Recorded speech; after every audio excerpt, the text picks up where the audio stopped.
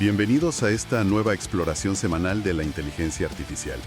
Y la verdad es que esta semana viene cargadita. Sí, bastante. Si nota movimiento, tanto que ya hay quien habla de la gran recalibración en el sector. Es un término interesante. Parece que estamos en ese punto, ¿no? Donde las grandes promesas de la IA generativa, bueno, pues empiezan a chocar un poco con la realidad de la ingeniería de la implementación. Claro, con los pies en la tierra. Eso es. Pero al mismo tiempo, ojo, vemos avances súper notables en aplicaciones más, digamos, especializadas. Exacto. Ahí la cosa sí parece ir más rápido. Así que hoy vamos a analizar todo esto. El retraso de Siri en Apple, que es importante. La recepción de GPT-5, que ha sido, bueno, ahora lo comentamos.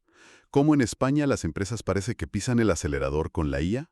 Una cosa muy curiosa sobre chatbots y Jesucristo. Perfecto. Y sobre eso de la gran recalibración, creo que es útil verlo no como un fracaso, sino más bien como una fase de ajuste necesaria. Un ajuste. Sí, un ajuste. Entre las expectativas que a veces se nos van de las manos y lo que la tecnología puede hacer de verdad, de forma fiable, segura, sobre todo si diferenciamos entre la IA para todos, la de consumo, y la IA súper especializada. Podría ser una señal de madurez, de ir hacia algo más pragmático. De acuerdo, pues entremos en materia con las noticias globales, que yo creo que ilustran bien esta recalibración. La primera, y es de peso, viene de Apple. Ajá. El viernes, el 22, confirmaron lo que se venía oyendo. Las funciones avanzadas de Siri, esas con IA generativa a tope, se retrasan. Y no poco, hasta 2026. Es bastante. Para una empresa como Apple, que su marca es precisamente esa integración perfecta de hardware y software, admitir esto, pues, es revelador, ¿no crees? Sin duda. No es un simple retraso en el calendario. Yo creo que señala la complejidad enorme, técnica y de producto que supone meter estas capacidades de IA avanzadas de forma que cumplan con lo que Apple exige en usabilidad, en fiabilidad, en seguridad. Claro. Ujú. Para un producto que usan cientos de millones de personas como el iPhone, no es solo tener un modelo potente, es que funcione perfecto para todos, en todas partes. Y parece que la raíz del problema ha sido justo esa integración. Salió de una reunión interna que Craig Federighi, el jefe de software, admitió que el enfoque inicial, pues que no daba la talla. Intentaron una cosa híbrida, ¿sabes? Mezclar la Siri de siempre con los nuevos LLMs, estos modelos de lenguaje grandes, pero la conclusión fue clara, y cito, el enfoque híbrido no iba a funcionar. La arquitectura se quedaba corta, no daba el nivel Apple. Ese reconocimiento es importante. Lo del enfoque híbrido suena lógico en teoría, ¿no? Aprovechas lo viejo, añades lo nuevo. Claro. Pero en la práctica, integrar sistemas con filosofías tan distintas, uno basado en reglas, comandos, y el otro en probabilidades, en patrones de lenguaje, es un desafío de ingeniería brutal. Tienes que repensarlo todo desde cero. No vale con poner una capa encima. Tanto es así que ha habido cambios en la organización. John Gianandrea, que llevaba IA y Siri, ya no lidera Siri directamente. Sí, ahora lo lleva Mike Rockwell, que fue el jefe del Vision Pro. Esto sugiere que apuestan por alguien que ya ha demostrado que sabe lanzar productos complejos de hardware y software que funcionan bien desde el día 1. Es una señal clara, sí. Y ojo, que el problema de Apple no es solo de Apple. Refleja un reto de toda la industria. Conseguir que los LLMs sean útiles de verdad, seguros, predecibles, en interacciones abiertas con usuarios normales, es el gran lío ahora mismo. Ya. Estamos pasando de las demos que te dejan con la boca abierta a productos sólidos, fiables. Y ese salto es más gordo de lo que parecía al principio. Y en esa misma línea, ¿no?, de expectativas contra realidad, tenemos lo de GPT-5. OpenAI lo lanzó el 7 de agosto. ¿Había una expectación? Tremenda. Sí, muchísima. Pero la recepción general ha sido, pues eso, tibia. Algunos análisis, vi uno en El País, llegaban a hablar de posible fiasco. Igual es pasarse, pero Hombre, fiasco quizá es fuerte, pero sí refleja cierta decepción. ¿qué ha pasado hoy? Pues parece que ha habido una desconexión. Las expectativas eran altísimas, quizá por los saltos que vimos antes, ¿no? Y el avance real, bueno, los expertos dicen que GPT-4 es técnicamente mejor, más capaz en muchas cosas. Ajá. Pero la mejora es incremental. No es el cambio de paradigma que algunos esperaban o que quizá OpenAI dejó entrever. Falta ese factor wow de otros lanzamientos. Incluso la gente que lo usa comenta que lo nota distinto. Como más distante, dicen algunos, con menos personalidad que antes. Puede ser a propósito. Es muy probable, sí. Tiene toda la pinta de que OpenAI ha priorizado, pero mucho, la seguridad, reducir las alucinaciones, esas respuestas inventadas o raras, Claro. y que se comporte de forma más controlada, más predecible. Esto es clave si quieres que las empresas lo adopten, para evitar riesgos. Pero claro, esa contención extra puede hacer que la conversación sea menos sorprendente, menos humana para el usuario. Es un equilibrio difícil. Entonces, estamos entrando en otra fase de la IA generativa. Una más. Tranquila. Todo apunta a eso. Podríamos estar dejando atrás la época de los saltos enormes que todo el mundo notaba. Ahora la industria se está centrando en el trabajo menos vistoso, pero que es esencial. Mejorar la fiabilidad, la seguridad, que siga bien instrucciones complejas, la eficiencia. El trabajo de fontanería, digamos. Exacto, es maduración. Piensa en los coches. Después de la locura inicial por la velocidad, vinieron décadas de mejorar la seguridad, el consumo, la comodidad. Pues igual estamos en una fase parecida con la IA generativa, de consolidar y refinar. Pero, decíamos, esta recalibración tiene dos caras. Porque mientras pasa esto con la IA generalista, Sí, en la IA especializada hay un impulso tremendo. Leí un informe del 21 de agosto que hablaba de algo fascinante. Cómo la IA está empezando a solucionar la crisis de productividad en la industria farmacéutica. correcto. Ahí el enfoque es otro, no es charlar, es resolver problemas científicos súper concretos. El gran objetivo que se menciona es la simulación celular. ¿Gemelos digitales de células? Algo así, crear modelos digitales detalladísimos de células para probar virtualmente miles de medicamentos potenciales. Esto podría acelerar una barbaridad el descubrimiento de fármacos, que ahora es un proceso lentísimo y carísimo. Y ya hay ejemplos espectaculares. AlphaFold, de DeepMind. Bueno, ahora Google DeepMind. Sigue siendo el caso estrella. Totalmente. En 2 años predijo la estructura 3D de 200 millones de proteínas. Y antes de la IA, en 70 años de investigación, se habían determinado unas 170.000. 70 años contra 2. La diferencia Es brutal. Y ahí está la clave para entender lo que pasa ahora.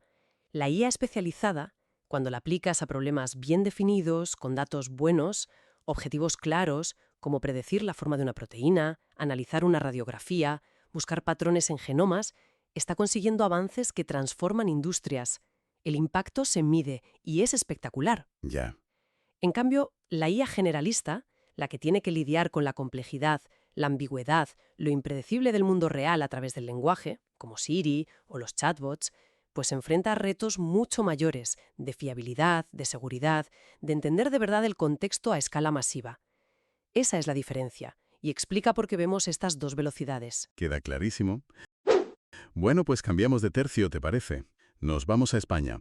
Aquí las noticias esta semana parecen ir en otra dirección, más optimista. Sí, parece que sí. La sensación es que el país está acelerando la adopción de IA en las empresas, que ya no son solo pruebas piloto. Los datos lo confirman, ¿eh? Un informe de Oliver Wyman del 17 de agosto decía que el 56% de las empresas españolas consultadas ya había pasado la fase de experimentar y planeaba implementaciones a mayor escala. Más de la mitad. Sí. Y otro estudio del día 20 apuntaba que el 69% de los empresarios españoles prevé invertir en IA en 2025, casi el 70%. ¿Y en qué quieren invertir? ¿Cuáles son las prioridades? Pues sobre todo eficiencia y cliente. Optimizar procesos internos es lo principal para el 46% y mejorar la atención al cliente para el 40%. Muy pragmático todo. Buscan resultados que se noten. ¿Hay algún motivo particular que impulse esto en España, más allá de la tendencia global? Algo nuestro. Pues mira, un factor importante es la regulación que viene. La ESIA, la Agencia Española de Supervisión de la IA, que está en A Coruña, Ajá. va a ser de las primeras agencias reguladoras de IA en Europa. Y se espera que tenga capacidad para poner multas en agosto de 2025, cuando entre en vigor la ley de IA de la UE. Multas serias. Sí, sí. Hablamos de hasta 35 millones de euros o el 7% de la facturación mundial anual. Tela. Madre mía. Entonces, claro, esto mete prisa a las empresas. Ya no vale solo comprobar, hay que adoptar la IA en serio, de forma responsable, con papeles, con control interno. O sea, que la regulación, que a veces se ve como un freno, aquí funciona casi como un empujón para hacerlo bien. Exacto, para una adopción más madura. Y no solo se adopta tecnología de fuera, ¿no? También hay innovación local. Me llamó la atención Neureka Lab, una startup de Málaga. Sí. Están haciendo una herramienta con IA para ayudar a diagnosticar trastornos del aprendizaje, como dislexia o TDAH. Sí, es un ejemplo genial de IA aplicada con impacto social directo. Quieren dar a profes y a clínicos una ayuda para detectar antes y mejor estas dificultades, que es clave para intervenir a tiempo. Muy importante. Y que salga de Málaga también es bueno, ¿eh? Demuestra que hay talento e innovación en IA por toda España, no solo en Madrid o Barcelona. Y para que estas startups y las empresas que quieren usar IA se encuentren, hacen falta plataformas, ¿no?, que conecten oferta y demanda. Eso es, el ecosistema es fundamental.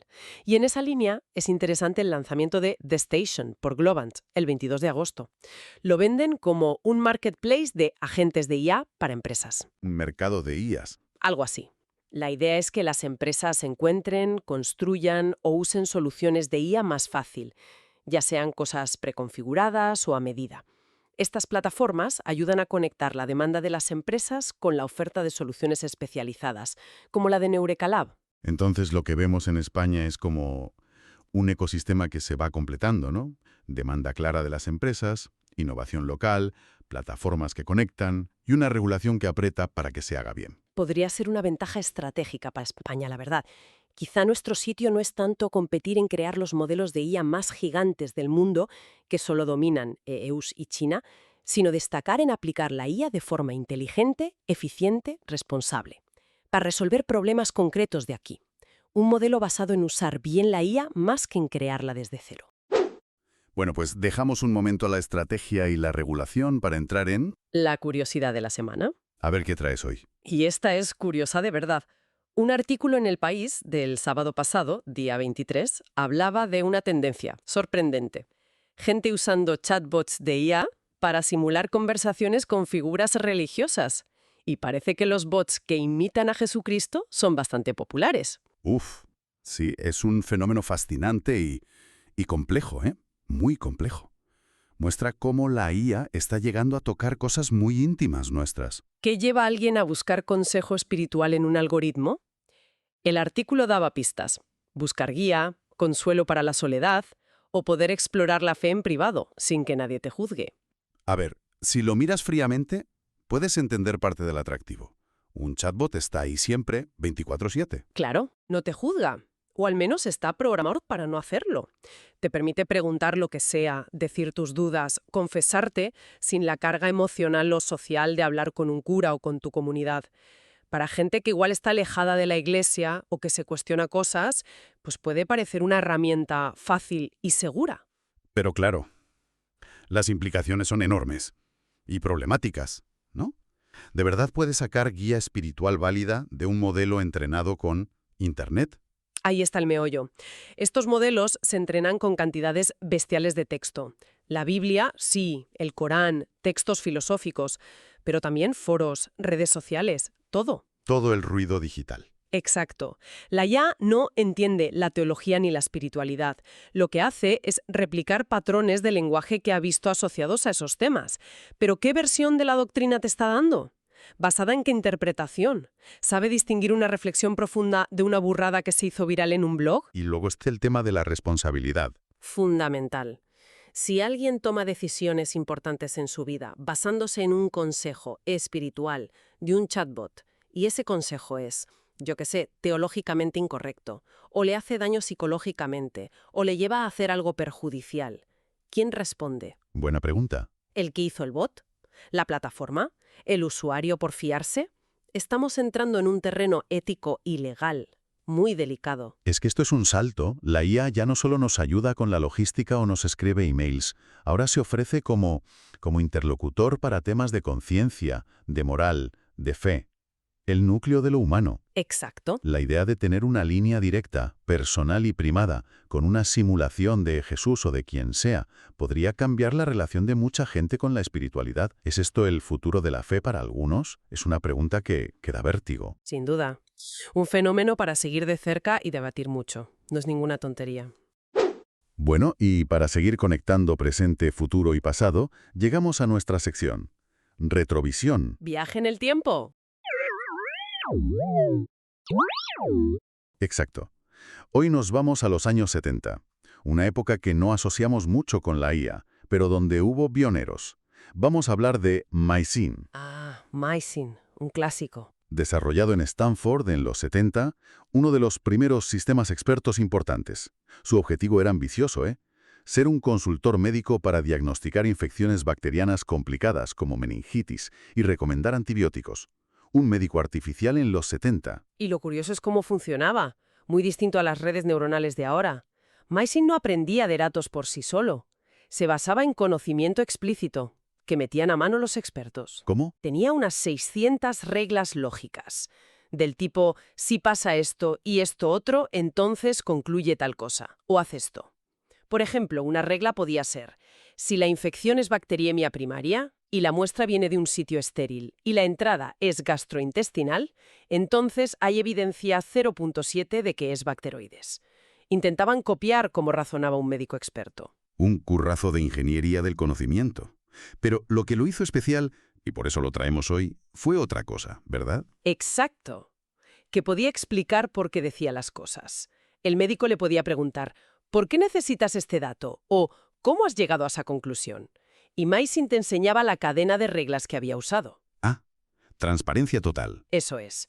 Esa explicabilidad era clave para que los médicos se fiaran. No era una caja negra. Podías entender por qué te recomendaba algo. Y sorprendentemente funcionaba bien para ser los 70. Muy bien. Hicieron evaluaciones comparándolo con especialistas humanos en infecciosas, y MySyn daba un nivel de acierto parecido, incluso mejor a veces, cerca del 70% de diagnóstico correcto. Técnicamente fue un éxito. Entonces, la pregunta del millón.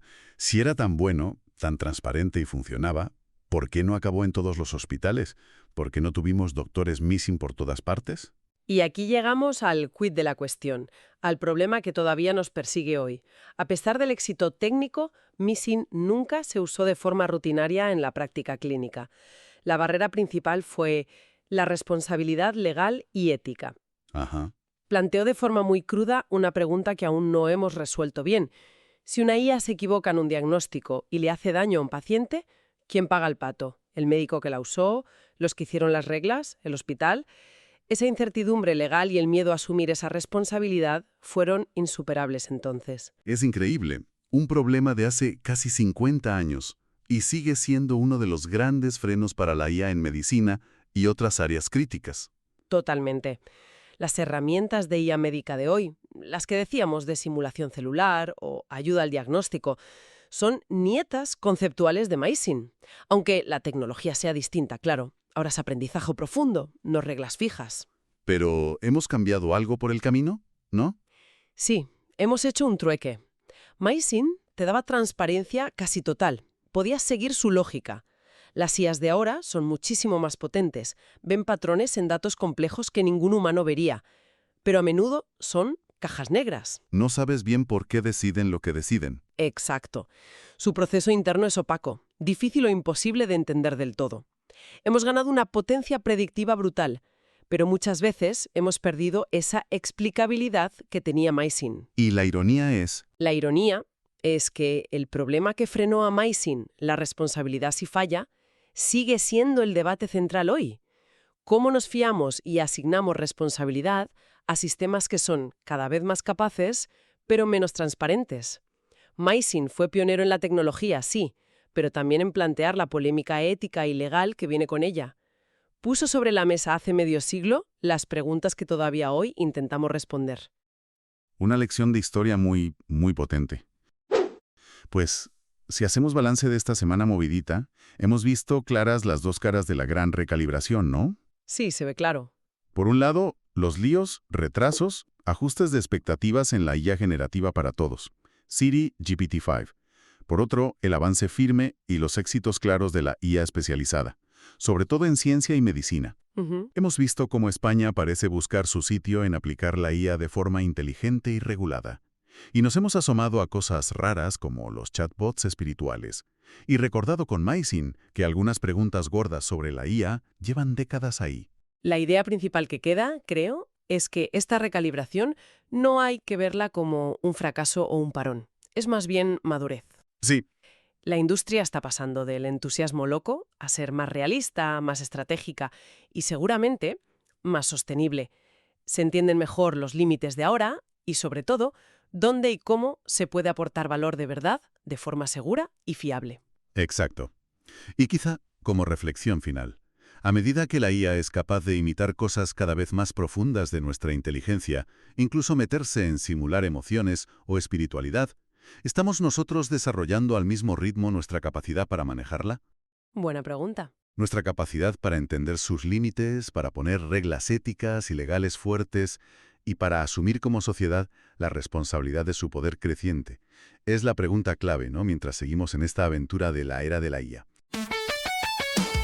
Ha sido un placer analizar todo esto hoy. Igualmente. Muy interesante. Nos encontramos en la próxima exploración.